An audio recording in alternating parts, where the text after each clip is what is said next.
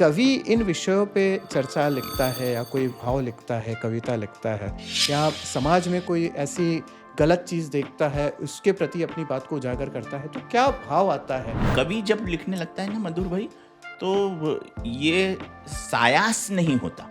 जी। कविता कोई सप्रयास नहीं लिखी जाती, जी। ये अंतर मन से निकलती है। जैसे विश्व की सबसे पहली कविता आदि कवि वाल्मीकि ने लिखी। अच्छा।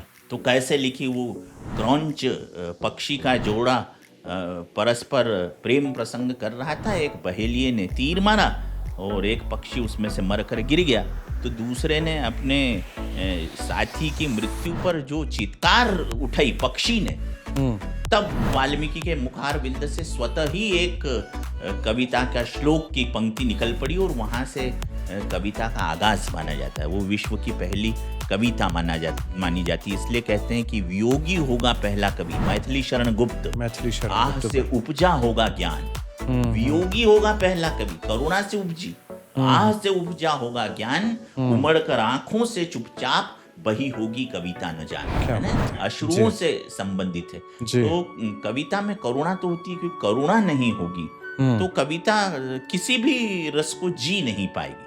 तो करुण जो हमारे सारे ईश्वर जो है उनको करुणा निधान कहा जाता है, बिल्कुल करुणा निधि कहा जाता है। करुणा निधि क्यों कहा जाता है? इसके अलावा तो और कुछ नहीं कहते। बिल्कुल सही। तो कविता की बुनियाद मधु भाई करुणा होती है, और ये सारे रस जो हैं ये करुणा के अलग अलग आयामों से उपजते हैं।